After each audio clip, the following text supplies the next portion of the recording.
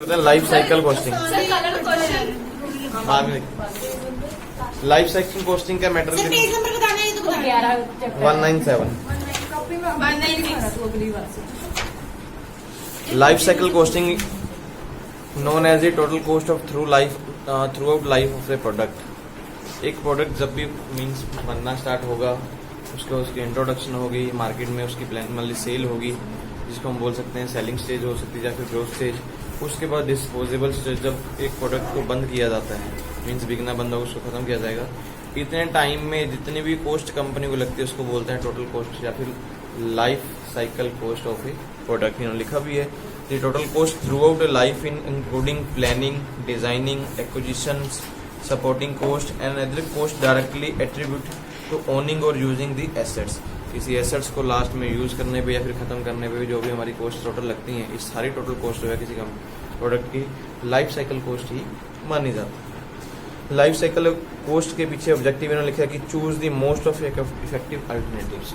Life cycle costing इसलिए निकाली जाती है कोई भी प्रोडक्ट की, ताकि जब हम लोग किसी कंपनी को प्रोडक्ट बंद करने जाएं तो हमारे पास कौन कौन सी अल्टरनेटिव ऑप्शंस होंगे कि हम नया प्रोडक्ट भी साथ में ले सकें। इन्होंने कैरेक्टरिस्टिक भी लिखे हैं लाइफ साइकिल कॉस्टिंग के। सबसे पहले कैरेक्टरिस्टिक लिखा कि product life costing involves tracing of cost and revenue of a product. किसी एक प्रोडक्ट को जब स्टार्ट किया गया, लास्ट में जब भी खत्म किया गया, उतने बीच के टाइम में, टोटल टाइम में हमें उसके कितनी बेनिफिट हुए, मीन्स कितनी हमने उससे इनकम कमाई और कितनी हमें उसके ऊपर कॉस्ट लगी, क्या एक्चुअल में वो प्रोडक्ट बनाने पे और खत्म करने पे हमें कोई बेनिफिट हुआ या नहीं हुआ, इसके लिए लाइफ साइकिल कॉस्टिंग की जाएगी। दूसरा ने लिखा कि traces research, design, development cost and total magnitude of this cost of each individual product and compare with the product revenue. जितनी जितनी हमें डिजाइनिंग पे या फिर डेवलपमेंट करने पे जो भी कॉस्ट लगी, क्या उस कॉस्ट को करने के हमें कोई बेनिफिट मिले भी या नहीं मिले, ये चीज चेक करने के लिए भी लाइफ साइकिल कॉस्टिंग हम लोग करते हैं। Each phase of product life cycle post different threats and opportunity that may be require different strategy actions.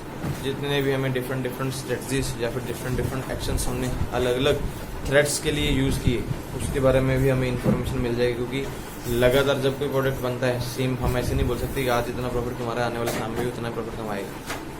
Threats बहुत सारे हो सकते हैं। हो सकता है कि नई कंपनी ज़्यादा है आपकी जैसा प्रोडक्ट बनाने वाली, हो सकता है कि कस्टमर्स उनकी बार्गेनिंग पावर्स उनकी ज़्यादा इंक्रीज हो जाए, हो सकता है कि कंपटीशन मार्केट में बढ़ जाए।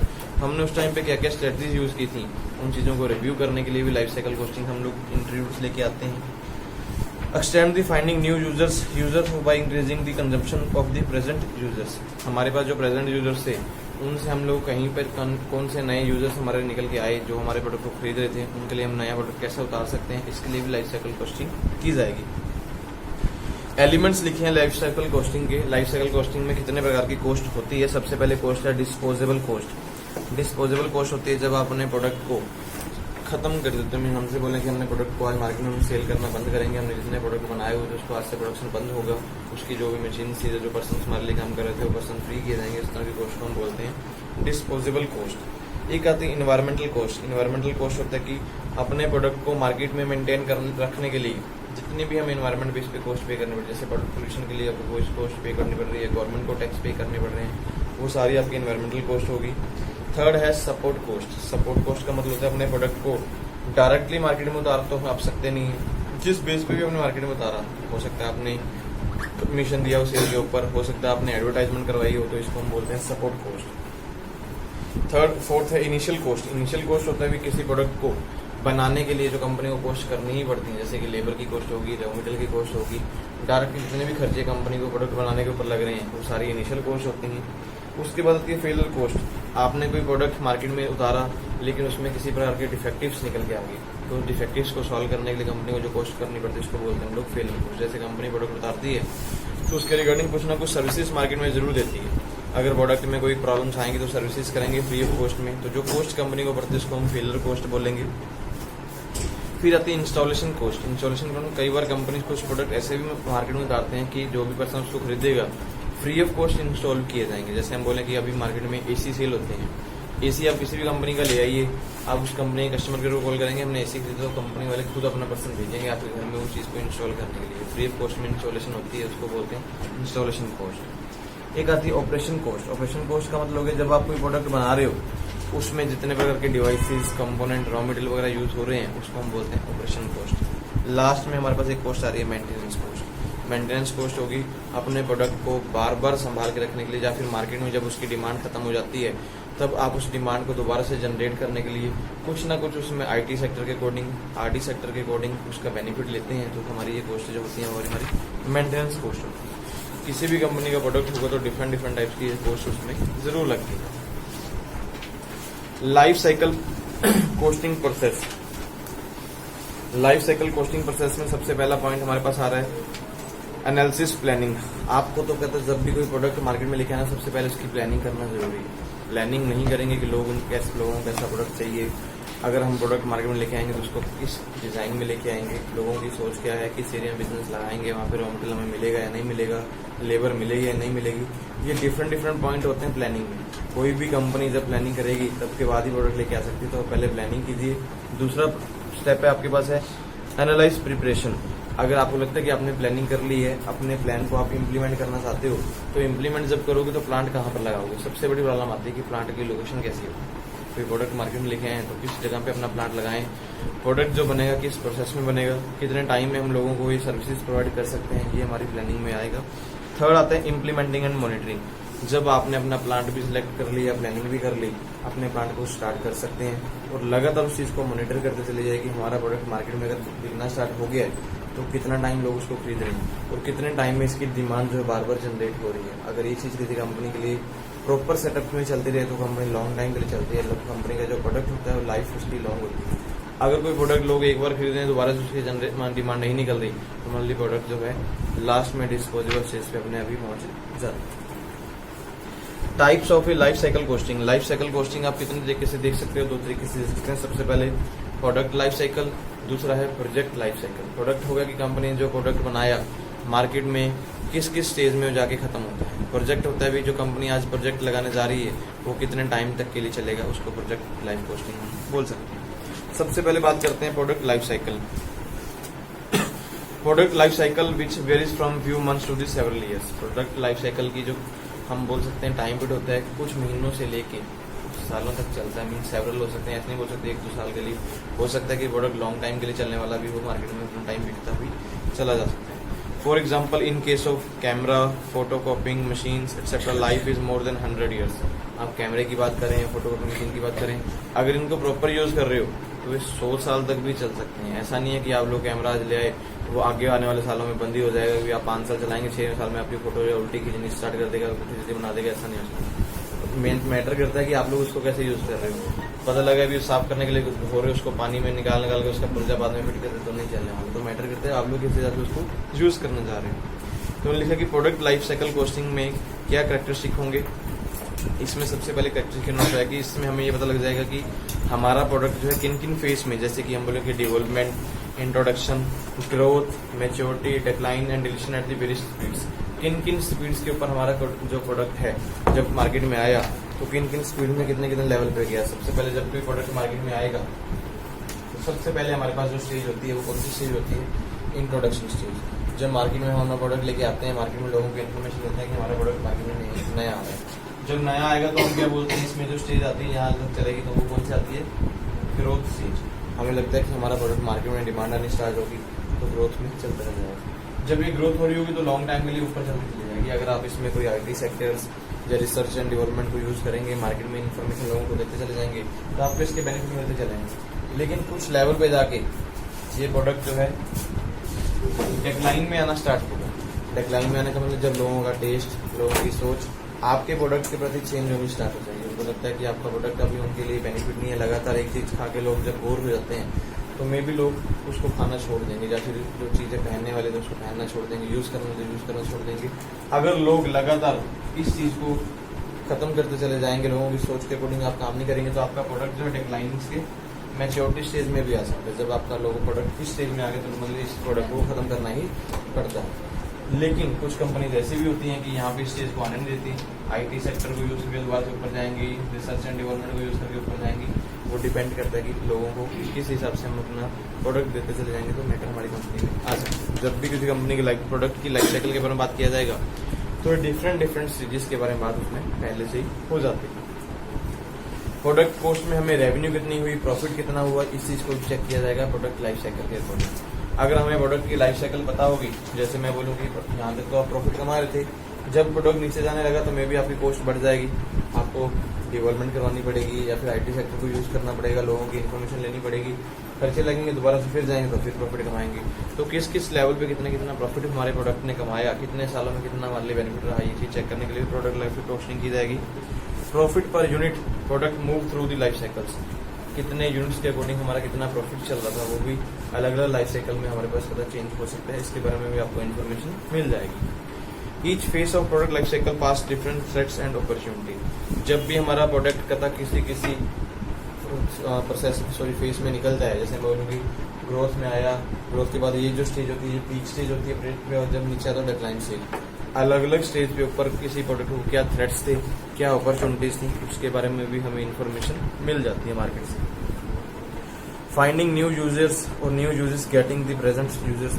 जो हमारे पास यूजर्स चल रहे थे परमानेंट, जब ये डिक्लाइन होना स्टार्ट हुआ तो हमने कुछ में चेंजेस किए, तो नए यूजर्स कौन से आए, नए यूजर से बार बार नए यूजर्स कौन बने हमारे लिए, तो ये भी प्रोडक्ट लाइफ साइकिल से हमें इसी में इन्फॉर्मेशन मिल सकती है। Various stages for product life cycle. Product life cycle के लिए अलग अलग इन्होंने स्टेज लिखी है। सबसे पहले स्टेज लिखी है मार्केट रिसर्च। जब भी आप कोई प्रोडक्ट लेके आएंगे तो सबसे पहले जरूरी है कि मार्केट रिसर्च कीजिए। मार्केट रिसर्च मीन लोग कैसे हैं, लोगों की सोच कैसी है, लोग कैसा प्रोडक्ट चाहते हैं। कोई कंपनी अगर लग रही है तो लोगों की क्या डिमांड है, भी ऐसी कंपनी लगे जिससे हमें कोई बेनिफिट हो सकते हैं, आप उसके अकॉर्डिंग काम कीजिए। दूसरा specification.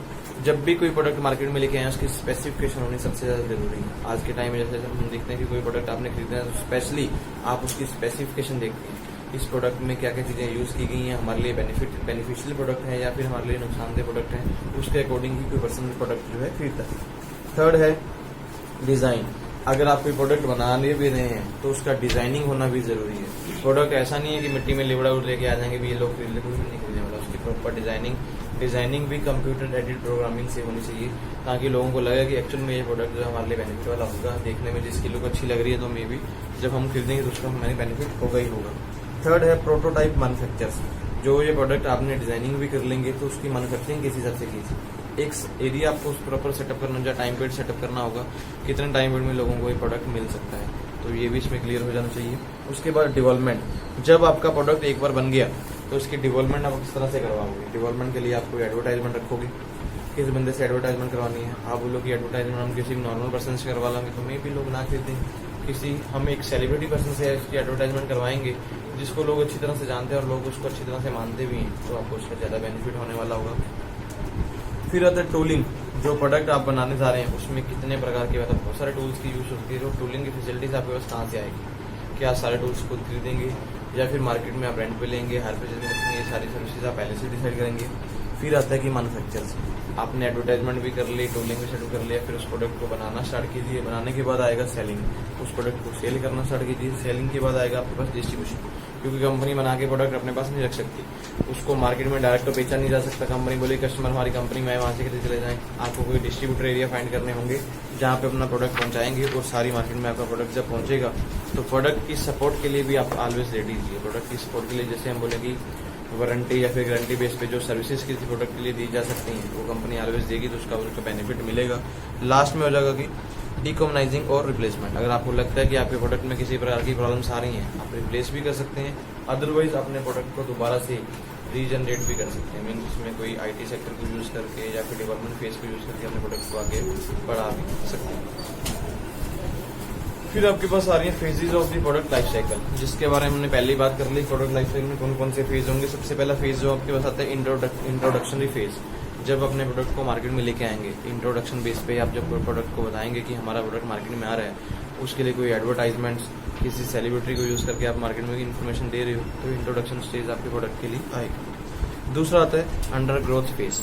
Under growth phase means आपका प्रोडक्ट जब मार्केट में आना स्टार्ट होगा, जब ऊपर की तरफ बढ़ रहा है, तो इसको अंडर ग्रोथ स्टेज बोलते हैं। ग्रो कर रहा होता है लेकिन हमारी सोच के अकॉर्डिंग कई बार ग्रो नहीं कर रहा, तो हम उसको भी बोल सकते हैं अंडर ग्रोथ स्टेज। हमने बोला कि हमें लगता था कि 1 महीने में इतने प्रोडक्ट बिक जाएंगे, हमने जितनी एडवर्टाइजमेंट नहीं बिकी, तो जब ये ऊपर की स्टेज में आएगा तो तीसरे स्टेज हम बोल सकते हैं कि पीक स्टेज। इस स्टेज में इसमें आपकी बुक में नहीं लिखी हुई, यहाँ पे जब स्टेज आएगी तो उसको हम बोल सकते हैं पीक स्टेज पे होते हैं। हमारे पास पहला आ गया इंट्रोडक्शन, ये दूसरी स्टेज आपके पास आ गई ग्रोथ, तीसरी आ गई पीक स्टेज। पीक स्टेज पे जब आपका प्रोडक्ट होगा तो मीन्स आपका प्रॉफिट लेवल या रेवेन्यू लेवल टॉप पे होगा, आप मार्केट में अच्छा कमाई कर रहे होंगे। उसके बाद जो आपके पास स्टेज आती है, फिर आती है मैच्योरिटी स्टेज। मतलब जब आपका प्रोडक्ट या नीचे आना स्टार्ट होगा, इसको हम बोलते हैं अभी मैच्योरिटी स्टेज। बहुत सारी कंपनी मैच्योरिटी में जब आना स्टार्ट करते हैं, मुझे लगता है मार्केट में लोगों के टेस्ट चेंज होगी, लोग आपका प्रोडक्ट अभी खरीदना नहीं चाहते, उसमें जब कोई प्रॉब्लम्स आएंगी तो मैच्योरिटी स्टेज होगी। लास्ट में अगर मैच्योरिटी स्टेज में कोई कंपनी काम नहीं करती तो प्रोडक्ट जो आपका डाउनफॉल में आना स्टार्ट हो जाएगा, जिसको हम बोलेंगे लगातार डिक्लाइनिंग स्टेज। अगर कोई कंपनी डिक्लाइनिंग स्टेज में जा रही है तो मतलब उनका प्रॉफिट खत्म होता चला जाएगा, प्रोडक्ट किसी टाइम पर जाकर बंद होना भी हो जाएगा। अगर कंपनी को लगता है कि हम लोग टाइम के अकॉर्डिंग इसको आगे बढ़ाना चाहते हैं तो कंपनीज इनमें IT सेक्टर को ले सकते हैं, R&D डिपार्टमेंट को ले सकते हैं, मार्केट में रिसर्च करें, अपने प्रोडक्ट की डेवलपमेंट करवा सकते हैं, तो प्रोडक्ट मार्केट में लगातार बिकते चल जाएगा। आज आप प्रोडक्ट को खरीद रहे हैं, लगातार वही चीज़ खरीदने की ये लोगों के टेस्ट जो है चेंज होते चले जाएंगे। आपका प्रोडक्ट के बाद हमारे पास आ रहा है project life cycle costing. Product की तो क्लियर हो गया, अभी आगे प्रोजेक्ट हो गया। मान लीजिए कंपनी ने एक प्रोजेक्ट लगाया कि कंपनी जो है, हम कोई एग्जांपल ले लें, जैसे कि टीवी की ही ले लो। जो पहले टीवी वगैरह चलते थे, आज के टाइम में तो LED हो गई या LCD वगैरह चलती है। जब टीवी का मान लो कोई कंपनी प्लांट लगाएगी, या फिर हम LCD के एग्जांपल किसी चीज़ की ले लें, कंपनी जब कोई प्रोजेक्ट लगाएगी तो कितना टाइम लोग इस चीज़ों को यूज़ करते रहेंगे। मे बी आने वाले टाइम में लोगों की सोच तो कुछ टाइम बाद चेंज होगी, लोग कुछ नया खरीदना जरूर पसंद करेंगे। अब मैं बोलूँ कि 2G इंटरनेट भी चलता है, 3G भी चलता है, 4G भी चलता है, 5G भी आ गया। लगातार लोग इस पे रहेंगे। आज तक अगर लोगों को 5G इंट्रोड्यूस हो रहा है तो मे बी आने वाले 1-2 साल में, 3-4 साल में लोग चाहेंगे कि हमें भाई 6G भी चाहिए। जैसे एक्टिव लोग मानते हर साल भी अभी 6G या 7G चल रही है, आने वाले साल में लोग मांगे हुए 8G भी चाहिए, ताकि इसको एक्टिव हम घर से लें, सीधा कहीं पर उतरना वहीं जाके उतरें, तब हमें होने वाली। तो ऐसे लोगों की डिमांड तो आएगी ही आएगी, ऐसा तो है नहीं भी नहीं आने वाली डिमांड।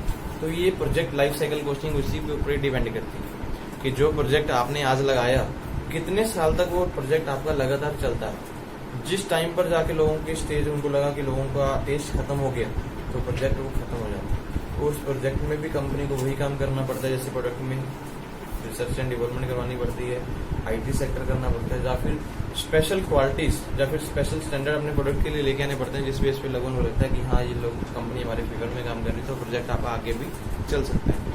जब भी कोई कंपनी कोई प्रोजेक्ट लगाएगी तो उसमें मैटर ये करता है कि कंपनी आपको सर्विसेज क्या देगी। अगर सर्विसेज अच्छी दे रही है तो प्रोजेक्ट के टाइम पे लॉन्ग टाइम के लिए होगा। अगर प्रोजेक्ट में सर्विसेज नहीं है तो प्रोजेक्ट किसी भी टाइम पर जाके आपको खत्म हो सकता है। मैं एग्जाम्पल इसमें लूँ, जैसे अकाउंट्स में टैली यूज करते हैं, मोस्टली बीकॉम वाले पर सबकी तो पता ही होगा, टैली यूज कर रहे हैं। टैली में क्या है, जैसे जैसे टैली खत्म होने वाला सॉफ्टवेयर नहीं है। आप बोलेंगे मान लो गवर्नमेंट कल को चेंज कर देगी तो टैली खत्म हो जाएगी, ऐसा तो नहीं है। जैसे पहले चलता था वैट के बजाय अभी GST, तो टैली वालों ने पहले से उसके लिए रेडी करके रखा होगा। जैसे इम्प्लीमेंट होगा हम लोग अपना सॉफ्टवेयर अपडेट करते हैं तो लोग उसको लगातार यूज करते हैं। बहुत सारे सॉफ्टवेयर जैसे अकाउंट्स के लिए थे, SAP हो गया, जो सर बहुत सारे सॉफ्टवेयर थे जो वैट के बाद जब टैली और GST आया तो खत्म ही हो गई। उसमें पहले उनके लिए प्रॉपर सेटअप करनी पड़ती थी। अगर आप लोग पहले से सेटअप करके रखेंगे तो उसका बेनिफिट आपको मिलेगा। अगर आपने कोई सेटिंग की नहीं है, आपको पता ही नहीं है गवर्नमेंट क्या करने जा रही है, तो प्रॉब्लम्स आपके लिए जनरेट हो सकती है। इन्होंने लिखा भी है, project life cycle costing include cost associated with the acquiring, using, caring for and disposing the physical assets. Company जो भी फिजिकल एसेट्स लेके आएगी उसको बनाने के लिए, मार्केट में बेचने के लिए, उसकी सर्विसेज देने के लिए, या फिर उसको खत्म करने के लिए जो कंपनी जितनी भी कॉस्ट लगती है उसको हम बोलते हैं प्रोजेक्ट लाइफ कॉस्टिंग। इसके कंपोनेंट क्या लिखे हैं, सबसे पहले research, design, testing, production, construction, purchase of capital equipments and cost of acquisition. आपने कोई प्रोडक्ट को बनाया, रिसर्च की, डिजाइन की, उसको बनाने के बाद उसको जो प्रोडक्ट को उन्होंने लिखा कि उसके लिए क्या क्या इक्विपमेंट की जरूरत है, उसकी कॉस्ट, या फिर कॉस्ट ऑफ एक्विजिशन। हमें लगता है कि कॉस्ट हमारे जो प्रोजेक्ट खत्म हो रहा है उसको दोबारा से हम अक्वायर करना चाहते हैं, कुछ नई चीजें लेके, तो ये सारी कॉस्ट आपके प्रोजेक्ट लाइफ कॉस्टिंग में आती है। Cost of transportation and landing, आपने जो प्रोडक्ट बनाया मार्केट में किस तरह से पहुंचाया, उसको लोगों तक पहुंचाने के लिए कितनी कॉस्ट आपकी लगी। कॉस्ट ऑफ मेंटेनेंस, अगर प्रोडक्ट आपने बनाया था कोई प्रोजेक्ट में तो उसकी मेंटेनेंस के लिए कंपनी क्या क्या काम कर रही थी, लोगों को फ्री ऑफ सर्विसेज प्रोवाइड करी है, अगर नहीं करी। जैसे हम देखते हैं कि प्रोडक्ट जब भी आप खरीदेंगे कम से कम 1 साल की वारंटी जैसे प्रोडक्ट मिलती है, तो वो उसकी कंपनी की कॉस्ट होती है। ये भी प्रोजेक्ट में cost incurred in operation like the energy cost, various facilities cost and utility cost, company को कितनी एनर्जी कॉस्ट लगी या फिर अलग अलग सर्विसेज कॉस्ट जो कंपनी को लगी वो सारी, training cost, cost of holding spare parts, cost of purchasing any technical data, retirement and disposable cost of end of the economic life of capital and equipments, जो भी आपने कोई एसेट्स बनाई उसको खत्म करने पे जो भी कंपनी को कॉस्ट लगी, ये सारी कॉस्ट किसी भी प्रोजेक्ट के लिए काम करती हैं। कंपनी जब भी कोई प्रोजेक्ट लगाएगी तो इन सभी प्रकार के खर्चे कंपनी को करने ही पड़ते हैं।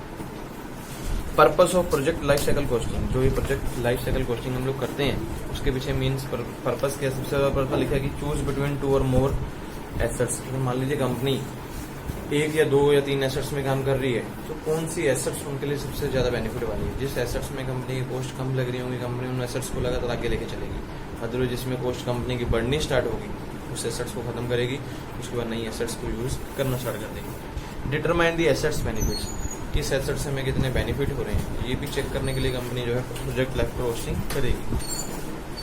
क्रिएट एक्यूरेट बजट, हर एक एसेट्स के लिए या फिर हर एक प्रोजेक्ट के लिए प्रॉपर बजट बन सके इसके लिए भी कंपनी जो है प्रोजेक्ट लाइफ साइकिल कॉस्टिंग करती है। क्योंकि बजट बनाया होगा तो कंपनी को पता होगा कि इतने टाइम में इतनी कॉस्ट हमारे पास होने वाली है, उसका पहले कंपनी पहले से प्रिपरेशन में रहेगी। अगर प्रॉपर बजट ही नहीं बनेंगे तो कंपनी को लॉस ज़्यादा हो सकता है। Uses of project life cycle costing, project की लाइफ साइकिल कॉस्टिंग को कहाँ पे यूज करते हैं, जब प्रोजेक्ट जो है कैपिटल इन्वेंटिव इंडस्ट्री मीन्स किसी भी इंडस्ट्री में आप लगने जा रहे हैं तो प्रोजेक्ट की लाइफ साइकिल कॉस्टिंग आप हमेशा यूज करेंगे। क्योंकि जो भी कंपनी आज मार्केट में आई है कब तक वो मार्केट में रहना चाहती है उसके अकॉर्डिंग उनको प्रोजेक्ट लाइफ साइकिल कॉस्टिंग पहले से ही बताना चाहिए। When project have size living ongoing construction programme, कब आपका प्रोजेक्ट जो है मीन्स हम ऐसे बोल सकते हैं कि सीजेबल हो जाएगा, लोगों की सोच के अकॉर्डिंग कब खत्म हो जाएगा। क्योंकि हम पहले हिस्ट्री को चेक करेंगे कि लोगों ने कितने कितने टाइम में अपने अपने टेस्ट को चेंज किया, उसके अकॉर्डिंग हमें भी प्रोडक्ट उसी हिसाब से बनाना होगा। मान लो मतलब लोगों के जो टाइम पीरियड है 5 साल में बार बार लोग जो है मूव होते हैं, उनको ऐसा लगता है कि 5 साल में बार बार लोग जो आगे बढ़ते हैं उनका टेस्ट चेंज होता है। हमारी कंपनी आज स्टार्ट हुई है 5 साल कंप्लीट होने सिर्फ 1 साल बचा है, तो कंपनी प्रोडक्ट यूनिक बनाने की कोशिश करेगी जो मोर देन 1 ईयर से भी ज़्यादा चल सके। मीन्स लोगों की सोच के अकॉर्डिंग आगे वाला प्रोडक्ट उसका बेनिफिट आपको ज़्यादा हो सकता है। When project relate to the major expansion, कब कब आपके प्रोजेक्ट को मेजर एक्सपेंशन की जरूरत पड़ेगी। मीन्स आप जो आज काम कर रहे हैं प्रोजेक्ट में कब कब कंपनी को दोबारा प्रोजेक्ट में पैसे लगाने पड़ेंगे। जैसे हम बोलेंगे प्रोडक्ट की लाइफ साइकिल देख लेते हैं, डिक्लाइनिंग जब आएगी तो कंपनी को मेजर पैसा लगाना पड़ता है कि मीन्स आईटी सेक्टर को, रिसर्च एंड डेवलपमेंट को या फिर न्यू जो टेक्नीशियन पर्सन होंगे उनको आगे लेके आना पड़ता है ताकि हमारा प्रोडक्ट मार्केट में डाउन ना हो। तो कंपनी को जब जब पैसे लगाने की जरूरत पड़ेगी उसके लिए भी चेक करना प्रोजेक्ट लाइफ साइकिल कॉस्टिंग जरूरी है। Where project are sensitive to disruption for due to downtime, ऐसा कौन सा टाइम होगा जब हमें लगता है कि हमारा प्रोजेक्ट जो है डाउन टाइम में जाता है, क्या क्या प्रॉब्लम्स आती हैं जिस टाइम पे हमारा प्रोजेक्ट जो है डाउन होता है मार्केट में, उन चीज़ों को चेक करने के लिए भी प्रोजेक्ट लाइफ साइकिल कॉस्टिंग हमारे लिए जरूरी है। इसके बाद हमारे पास बता रहे हैं LLC application means life costing technique जो हमारे पास किया जाता है। अब ये टेक्निक जो है हम लोग हमेशा बेटर, हमें लगता है कि हमारे पास कोई बेटर ऑप्शंस हैं बिजनेस करने के लिए वहाँ पर ही यूज़ कर सकते हैं, लेकिन इन्होंने कुछ ऑप्शन बताए हैं भी ये कॉस्टिंग कहाँ पे यूज़ होती है। कोई भी पर्सन बिल्डिंग कंपोनेंट्स मटेरियल या फिर फिनिशेस ऐसे जो काम होते हैं इन सभी काम में लाइफ साइकिल कॉस्टिंग का होना जरूरी है। बिल्डिंग किस हिसाब से आज के टाइम में बन रही है, हम पहले उसे अगर एग्जांपल देखें तो पुराने टाइम से लेके आज टाइम के बिल्डिंग में कितना फर्क है। पहले लोग जो घर बनाते थे वो मिट्टी से बनते थे या फिर गारे वगैरह से बनते थे। आज के टाइम में अगर बोलोगे घर वैसे ही बनाना है तो कोई भी नहीं बनवाएगा। आज के टाइम में लोग सीमेंट यूज़ करते हैं, लेकिन आज के टाइम में हम देखते हैं प्रॉपर डिजाइनिंग भी आने लगी। घर बनाएंगे तो बीच में कई बार लूप भी डाल देते हैं, घर अच्छी वाली बिल्डिंग चल उसमें ऐसे घुमा के भी छत खड़ी कर देते हैं। इन लोगों की डिजाइनिंग है।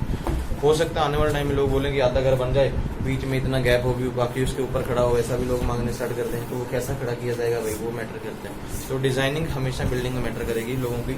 ये लाइफ साइकिल कॉस्टिंग आपको पता होगी कि बार बार जब जब चेंजेस आए तो कितनी कितनी कॉस्ट बड़ी कंपनी को लगाए, तो उसके अकॉर्डिंग ही मार्केट में अपना काम कर सकते हैं। As a basis for prediction future running cost, future में कितनी कॉस्ट और बढ़ेंगी। जब आज हम बिजनेस कर रहे हैं कितनी कॉस्ट आज लग रही है, फ्यूचर में भी तो और कॉस्ट बढ़ेंगी क्योंकि कंपनी ज़्यादा सर्विसेज देगी तो ज़्यादा कॉस्ट बढ़ेंगी। तो कितनी कितनी कॉस्ट बढ़ सकती है उसके अकॉर्डिंग अपना प्रॉफिट प्लानिंग करना हो किसी कंपनी ने तो भी उसमें मैटर करेगा। As a management tool, management के लिए एक टूल का काम करता है फ्यूचर को एस्टिमेट करने के लिए। तो फ्यूचर में अपने बिजनेस को अगर परमानेंट मार्केट में रखना है तो क्या क्या सर्विसेज आपको देनी पड़ेंगी, तो लाइफ साइकिल कॉस्टिंग आप यूज करेंगे। As a basis for budgeting for future expansion, future के लिए बजट बनाना हो तो ये दोनों कॉस्टिंग आपके लिए ज़रूरी है। अगर आपको लगता है कि हमारी कंपनी में कैपिटल के ऊपर टोटल कॉस्ट कितनी पड़ रही है तो दोनों कॉस्टिंग आपके लिए ज़रूरी होंगी। लाइफ साइकिल प्रायोरिटी जो भी ये लाइफ साइकिल कॉस्टिंग करती है, प्रायोरिटी किसके लिए की जाती है? सबसे पहले पब्लिक सेक्टर क्लाइंट्स। जितने भी हमारे पास पब्लिक सेक्टर क्लाइंट्स होंगे, जो भी फैक्ट्रीज होगी, बिल्डिंग होगी, जो इसमें काम करते हैं, उनके लिए ज़रूरी है। क्योंकि जो लोग फैक्ट्रीज बना रहे हैं, बिल्डिंग्स बना रहे हैं, उनको पता नहीं चाहिए कि ये बार बार कॉस्टिंग। मान लो कल को नया टूल यूज़ करना पड़ेगा तो उसकी कितनी कॉस्ट होगी। लोगों का टेस्ट तो चेंज होना ही होना है, हम लोग वैसे काम नहीं करवा सकते।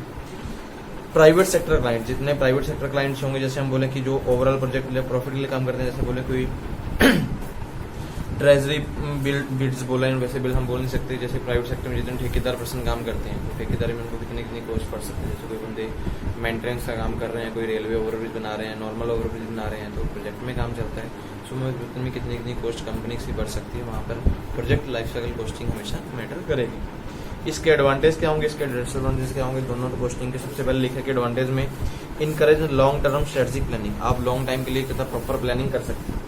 जब आपको किसी प्रोजेक्ट की या फिर प्रोडक्ट की कॉस्ट के बारे में पता होगा तो आप उसके लॉन्ग टाइम के लिए प्लानिंग कर सकते हो। तो फ्यूचर में हम इसको दोबारा से खत्म नहीं होने दे सकते, लगातार इसको बढ़ाते चले जाएंगे, इतनी कॉस्ट हमें लगनी है। Support down stream strategic planning. जब आपको लगे कि आपका प्रोडक्ट डाउन स्ट्रीम में जाता है, डाउन डिक्लाइन स्टेज में जाना स्टार्ट होगा, तो उसमें कौन कौन सी सपोर्ट आपको प्रोवाइड करनी पड़ेगी, उसके बारे में इन्फॉर्मेशन आपको पहले से ही मिल जाएगी।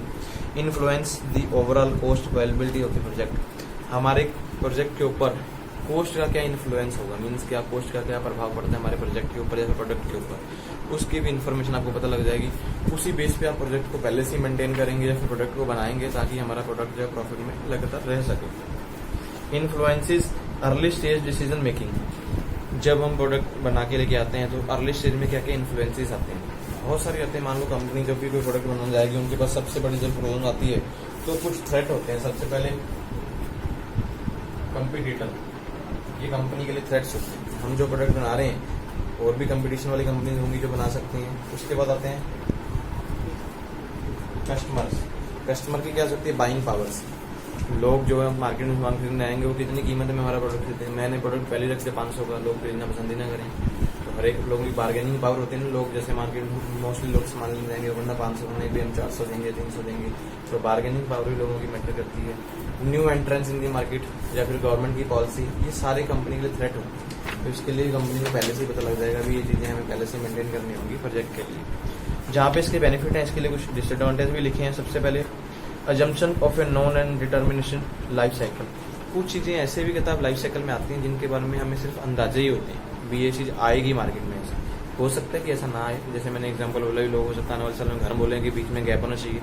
जरूर थोड़ी भी ऐसा लोग घर मांगेंगे, पता ही भी वो गैप वाला तो घर रहना ही नहीं है। तो जंक्शन से हो सकता है कि लोग ऐसा कुछ मांग सकते हैं भाई, लेकिन हमें उसके लिए पहले से रेडी रहना होगा। हाँ, ऐसा बोल सकते हैं कि लोग बोल सकें कि भाई आने वाले टाइम में जैसे बाहर की कंट्री में घर बनते हैं अभी वैसे बना के दो, तो वैसे लोग मान सकते हैं। लेकिन वहाँ पे मेंटेन होगा जरूरी, अगर टेम्परेचर मेंटेन करेंगे तभी जाके काम हो सकता है। उसके बाद हाई कॉस्ट ऑफ परफॉर्मेंस। हमें लगता है कि जो परफॉर्मेंस हम कर रहे हैं, कई बार हमारी कॉस्ट बहुत ज़्यादा बढ़ जाए, कंपनी को ये पहले से ही इसके डिसएडवांटेज के बारे में पहले पता लग जाएगा।